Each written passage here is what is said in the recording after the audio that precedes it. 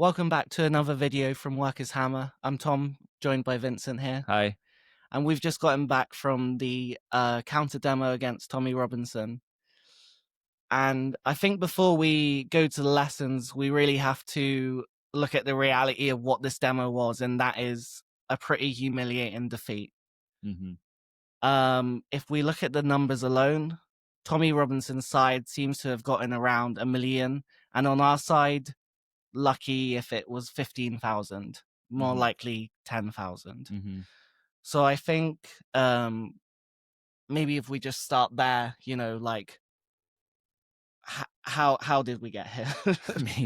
I mean, before that, like, we have to be clear about this. Like, our side was completely defeated. Tommy Robinson won hands down without even a fight. The reports are different regarding the numbers, but yeah, the videos show the police said 100,000. It's obvious he had more than that, and our side was totally the counter demo was small, was really really tepid, wishy washy, and what was also surprising is how confident and emboldened the right was because the demo was attacked at Whitehall, people were trapped, and they were ready for showdown. And even as the demo kind of got towards Whitehall, before you even got down that street, you have right-wing people with their butcher's apron and everything. They're emboldened, right? They're looking at this demo and thinking, oh, here's a good chance to cause a confrontation. And they're not wrong. It was easy for them. Yeah, exactly. They know the left is weak. They know the demonstration is weak, and they know they have the wind in their sail. So what does this mean? Yeah, like what is this? I think, we have to be honest. This was a solid defeat. And I think if we are to go forward, we must use this demo as like a massive wake-up call for the entire left.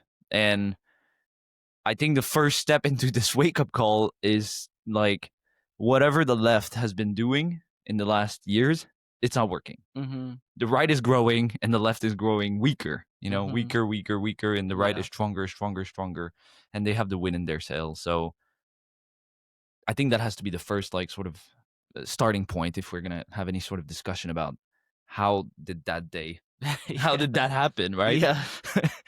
Okay, well, let's just take a step back a moment and kind of look at how we did get here, though. Yeah. So how is it that we're in this position with these numbers, with the absolute impotence of this counter demo? Yeah. Why is that? Well, the counter demonstration was organized by Stand Up to Racism. Stand Up to Racism has dominated really the fight against Nigel Farage and the right wing. The main force behind is the Socialist Workers' Party. What we've been writing about for many months now, and is that really the political basis on which they are organizing the fight against the far right is totally liberal. It's liberal politics. And this is really the root cause of the impotence of why, the left isn't growing and why the right is, winning the day. And I think you saw the impotence of liberal politics today on display really on 13th September in London. Yeah. Now, many people don't get this. They don't understand what you mean liberal politics, or what does that mean exactly. And when we say liberal politics, is really that they're organizing these demonstrations based on like, grand, quote unquote, progressive ideas, based on like moralism and shaming people for being racist, in alliance also sometimes with the people who support the Starmer government, relying on the police, relying on the state, as opposed to class struggle politics, essentially. Yeah. So maybe we can break that down. Well, even when that alliance isn't clear, like there's never a like an actual clear line against Keir Starmer. It's always only us that have those slogans against Keir Starmer, which, and of course, obviously on paper the entire left is against Keir Starmer. Well, almost, yeah. Well, almost, sure. But when it comes to the situation of a demo like this, then it gets a bit too much. And why is that? Well, you also have to look at how the left is in the bed with trade union bureaucracy. Yeah. And I mean, we'd kind of go into a bit of too much of a segue if we went there, but We'll get to it in a minute, but let's start with the appeal. You know, the stand up to racism, its main slogan all the time, whether it was in Epping or in these demos, is refugees are welcome here. And again today on the demo, you would hear it constantly. It's like no borders, refugees are welcome here. And really what this slogan has become in the general like working class population, it rings like a slogan in defense of the government, actually. This is what's been happening. Yeah. So what's happening? The government and the British ruling class has for many years bring a lot of immigration in order to bring down the cost of labor, in order to squeeze the working class even more. It's one of its tactic, really, to divide Yeah. and oppress the Well, working when you class. have a rotten economy within the confines of capitalism, how do you actually solve that? You Yeah. know, Yeah. you obviously to them it's not feasible to up the conditions of the working class. That doesn't make sense. You have to use immigration to fill in the holes, both in terms of wages, but also in terms of training. You know, obviously, Yes. you can get immigrant workers who have done the training in their wherever they're coming from, and then of course, actually, you know, liberals like to point out how wages aren't going down. The point they don't really talk about is how they are stagnated. You know. Yes. So they bring a lot of immigration. Then you have massive refugee crisis caused by the wars and imperialist depredation. Yeah. A lot of refugees arrive here. They are dumped into these towns where there's usually, you know, nothing, no jobs, no prospects, no services, and they are put there by the government as well. Yeah. And so you have this picture of a rotting country where the ruling class brings the ever growing number of immigrants, puts refugees into these rundown towns, and stand up to racism then arrives in these towns against people who are quite justifiably anger at this and says refugees are welcome here. And of course, to be clear, you know, we're anti-racist, we're, you know, against anti-immigrant bigotry, we're against deportations, we are for the defense of refugees. But when you just go into these towns with refugees are welcome here, with a program of like calling anyone who questions this entire setup as racist, as a fascist, well, you will inevitably anger people, Yeah. push them into the arm of the right. Yeah, well, I mean, I think we should emphasize the point of how rundown, you know, these communities in Britain are. Yeah, yeah. Let's take Epping as an example. You know, what have the working people in this town really got going for themselves? And so when you add a group of immigrants on top of that, then that just the scarcity of resources just intensifies. Okay. And the point isn't that, you know, you have to deport them. Of course, that's not the answer, but you have to find a way to actually meet the needs of those people in Yeah. Epping. And it's not to simply welcome the refugees, because you do end up just being kind of pro-government line, essentially. And the dividing lines they've been drawing, and that's for months for Epping and other place, the dividing line they've been drawing hasn't been trying to unite the plight of immigrants with the plight of, you know, native born British people against the government. No. It's been the slogan refugees are welcome here. The line is drawing. It's between those who, you know, are for the refugees and those who are like against. And it's a slogan that targets not the government, which is responsible for this mess, but it targets people who are quite legitimately angry that their rundown town now has also to care for, you know, dozens or hundreds of refugees. Exactly. It's a false polarization. And actually the thing is uh, you actually you do fall into kind of the line of Farage himself, actually. Well, yeah. You know, whether you're for immigration or not. Like that's the problem. Even if you're putting demands for homes and jobs for all, like the Socialist Party do, without like actually head on confronting what is the legitimate concerns, and also like how to unite both immigrants and native workers, you know, you're not going to get that. Well, it's not enough, at Yeah. least. Yeah. So for months, for years, essentially, the strategy has been, Yeah, we go to these we meet these demo. Refugees are welcome here, which is honestly perceived by a growing number of people as a defense of the status quo, Yeah. as a defense of the government. And then the SWP particularly, but also other, I would call them liberals in these demonstrations, they double down saying that no, there is no legitimate concern about Yeah. immigration. You know, you Yeah. can talk about housing, about welfare, etc., but any concern about immigration is illegitimate. And that's absolutely wrong, because the truth is that the immigration system in Britain is broken, Hmm. just like everything else, Yeah. honestly. Yeah. And by saying that, oh, you can talk about all these jobs and whatever, but you cannot talk about immigration or else you're a racist, you're only coming off as people as a defender of the Hmm. government in this sphere. Even if you Exactly. hate Keir Starmer in your heart, Yeah. when you demonstrate with these slogans, the message you send is that you're a bunch of racists and the Hmm. government's right. Yeah. Well, this is where people's minds are at. This is Yeah. the question, or one of the most important questions to people. So if you don't actually confront it, then you're not going to undercut either Keir Starmer or Nigel Farage or anyone else for that matter, Mhm. because to actually get into the minds and hearts of working people, you have to deal with what's going on in there. Yeah. So this is what liberal politics does, and I think it's a good example of how liberal politics divide the working class. Hmm. Rather than seeking to unite native workers and immigrant workers against the government, these sorts of liberal slogan really pit the various group of oppressed against each other and are a gift to the right. Yeah. Because when they arrive in these towns and say refugees are welcome here, for a lot of people it sounds like, well, these people want to put the needs of refugees and immigrants above Hmm. our need.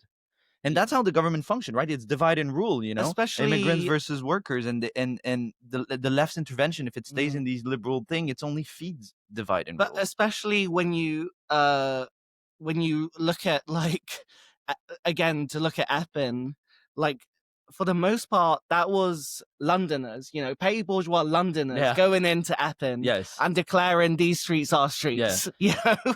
When it's the first time they've been there, sometimes. Yeah. Yeah. So why are we explaining all of this? Is because this has been like the politics for many months, many years now, and it all like coalesced into this day, where I think you've seen just in the numbers the failure of the anti-racist camp, let's say the Hmm. left, the socialist camp, to really connect with the discontent in this country, and how Tommy Robinson is able to connect in a Hmm. much better way than Yeah. the left with the discontent in this country. Because at the end of the day, what's so wrong in the SWP's thing that like all these people in these demo are just racist and there's nothing good. What it really fails is that what's driving these demonstration and the growth of the right is not just the it's not only the racist ideas in people's head. Actually, that's the manifestation, but it's really the fact that Britain is really run down and the left is not an alternative for it, Hmm. because it is liberal. It has a Yeah. liberal program in politics on the sphere of immigration, but also on other point. So, and to get to the demo today, the demo really was organized all around the same liberal politics of like refugees are welcome here, no borders, Hmm. love, not hate, and this sort of carnival of love, Yeah. And correspondingly, the composition of the demo was a lot of like peaceniks, a lot of like middle class elements, a lot Hmm. of laborite feminists, and you know not much workers. I think anybody that's been to that demo would realize that like there was much more workers on Tommy Robinson's Hmm. side than on the left side, right? Like, Yeah. And also another thing, who they weren't on Tommy Robinson's side, of course, but also not on our side was the majority of oppressed mhm, minorities in this country. yeah, I was shocked. Yeah, you're right. There was not a lot of or barely any minority workers. I think a lot of them stayed home because they knew the other side would be massive, and I think they knew as well that stand up to racism Yeah. wouldn't have much number and wouldn't protect themselves. Yeah. So that's another Exactly thing that. about this demo that also shocked me. There was barely any stewards. Any like when the near Whitehall around Charing Cross, we started to get a lot of provocation by the Hmm. right. A lot of people, they're emboldened, they're there, and there's no like organized force to Yeah. protect the demo. It really was a thing of you have to fend for yourself, Yes, yes. and but again, it comes back to the liberal politics. Hmm. It really is just we go out, we've got sort of we're on the right side of the morals, like Yes, we exactly. wave our flags and all the rest of it, and Yeah. like, yeah. Yeah, and also sort of unconscious about the danger. Mm-hmm. And I think another aspect of the liberal politics in these demos, the reason I think where there wasn't steward, what not only was it not organized as a fight, as a we're gonna fight, Mm-hmm. the fascist fight, Tommy Robinson, it's like a carnival, but also stand up to racism. Their entire strategy relies on the police. Yes. Yeah. That was clear today. It was clear at other demos as well. They always rely on the police to escort them, to protect them from the right. And it's really this is another like Mm. liberal illusion, as if the police were on the side of like the Well, anti-fascist struggle. that's true, and it was also completely exposed today, Yeah. because when we actually got down near Whitehall, um, all the cops, they start running off because obviously there's some kind of something going on up there. So the actual demo is left Well, yeah. completely disarmed, and not that you should look to the cops in the first place, but again, it goes to the problem of stand up to Yeah. racism and how they organize it. They used to be it used to be kind of accepted in the socialist movement and in the left. Don't rely on the cops, Yeah. but stand up to racism. And I think it's linked because of I think they're more and more like the fact that they're growing weaker Mm. relies more and more on the police, and that's really an indictment. And I think it also explained why a lot of minority, I think, wouldn't be interested really, who Yeah. obviously don't like the police Of for all course. the racial Obvious reasons. racist shit Yeah. that they're guilty of. Um, and I think for me, another expression of these liberal politics for me was the lineup and the Mm. people endorsing these demos. So we talked about a bit the slogan, refugees are welcome here, and all that stuff, how it comes off as liberal. We talked about the police. I think who endorses these demos and who speaks at them? Mm. It was all the main leaders of the trade unions. It was also a few Labour Party MPs. So you had, I Yeah. think, the head of PCS, the head of ASLEF, the head of the TUC, one of the representative of the TUC Yeah. speaking. All these people are represent trade unions who all have called to support Keir Starmer. All Mm-hmm. called for a vote for him last year, and are all, or many of them at least, funding the Labour Party. Like Diane Abbott and John McDonnell are members of the party that is now in government. Yeah. Even now, when there's this new left wing alternative, Diane Abbott and John McDonnell, they're sticking to their guns. They're not breaking for the life of them. Mm-hmm. And so here you have endorsing it on the main platform people who support and fund also the government. Yeah. You have people who defend the government. These people are literally part of the establishment. And so for many people, this just confirms how the left is a defender of the status quo. Yeah, exactly that. Yeah. So we've talked about how they come to town, refugees are welcome here, and how that comes off to people. But then add to this the fact that many of the organizers of these demo openly back Starmer, which is widely hated among the working class. And so that's another like expression of that liberal politics. And I think a big reason as to why the left is pushing people in the arms of the working people in the arms of the right. Well, yeah, and it's also it's another place where the softness of the left on the Labour lefts really is dangerous, actually, where it's so evident, like how these things push workers towards the far right, yet the left still just can't make that break. Yeah, yeah. And I think we've mentioned it a few minutes ago, but workers, if you want to beat the right, you need the workers. But these liberal politics, these sort of love fest, this sort of very moralist attitude toward immigration, i.e., anybody who questions it, who has concern, is a racist, is a fascist, is all this stuff. Add to that the alliance with the Starmer government. It's really pushing workers to the right. Yeah. Because right now in Britain, if you take out the Sultana and your party, put it aside for a minute, which by the way doesn't really exist anyway, who fights the establishment? Think of for working from the standpoint of working people, who is an opponent to the ruling class, to the establishment, to the powers that be? Yeah. It's Tommy Robinson Yes. and Nigel Farage. Who speaks for the people in rundown towns whose life is shit, who have no prospect? Yeah. whose future has been completely destroyed. It's Tommy Robinson and Nigel Farage.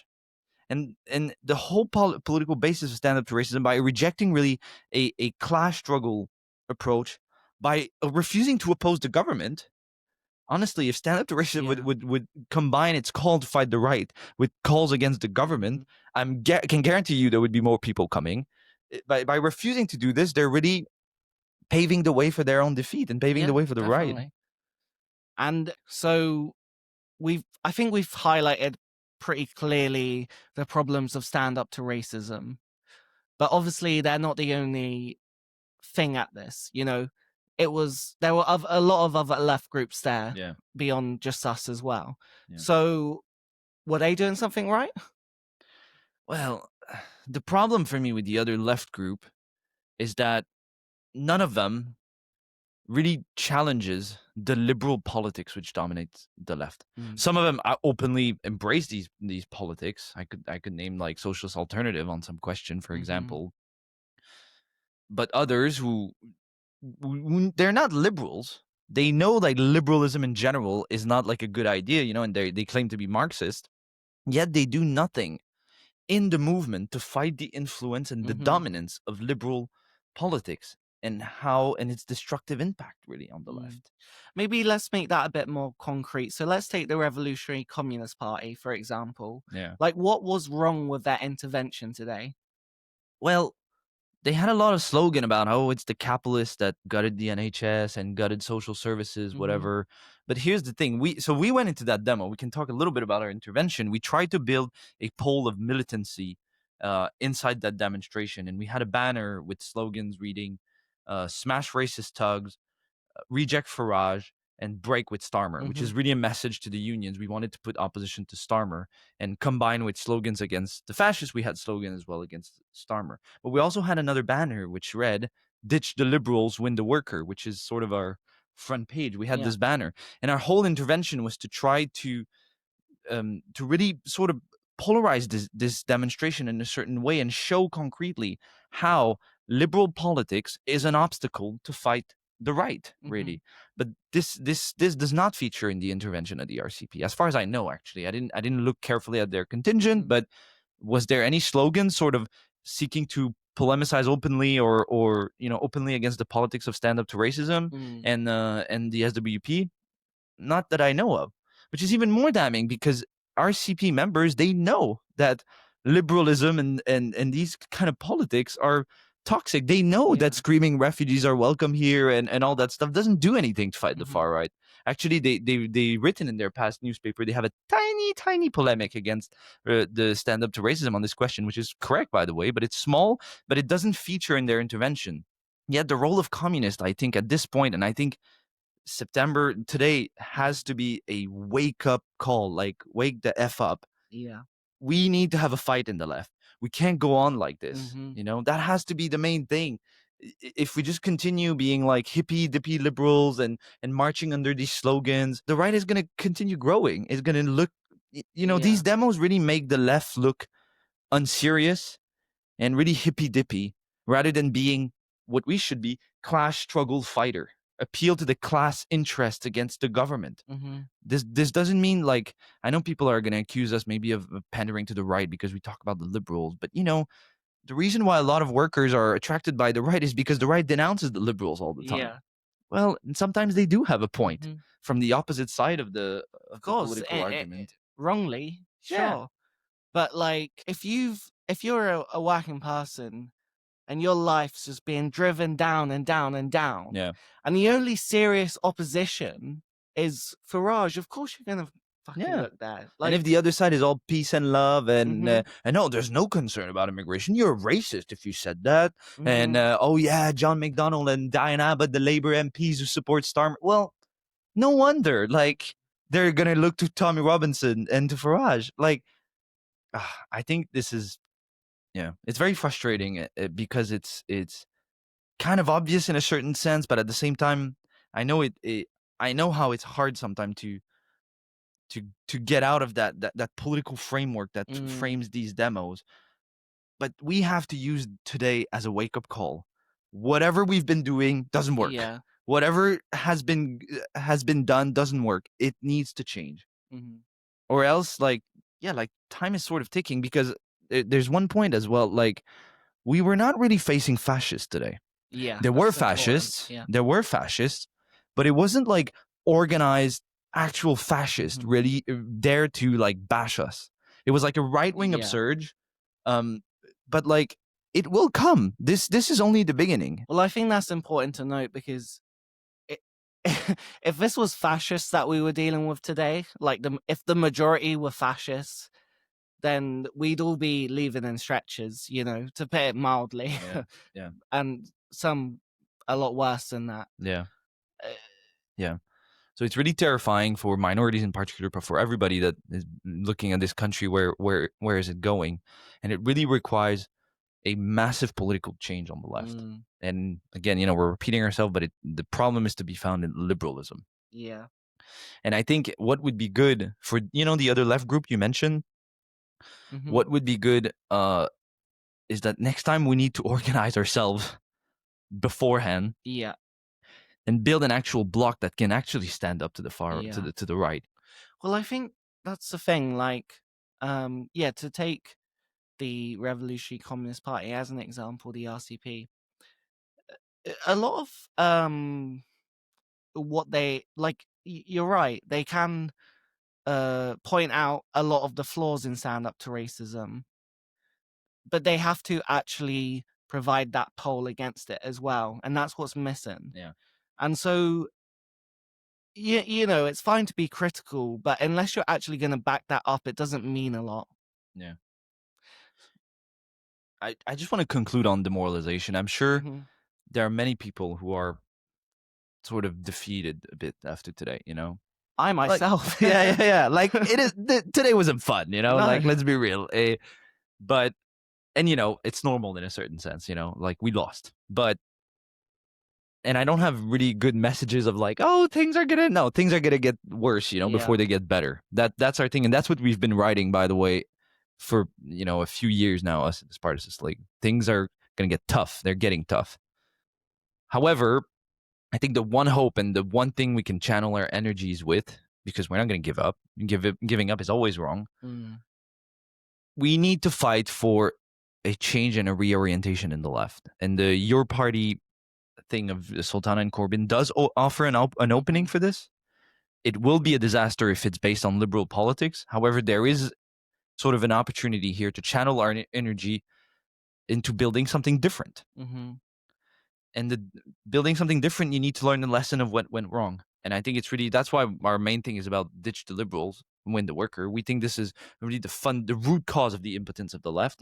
And I really urge people to read, our front page article, as well as we have specifically an article, How Not to Fight the Far Right, which was written a few days before today's demo, which, by the way, predict as well that it wouldn't work out well, and explains in more depth a bit what we've just discussed. Yeah.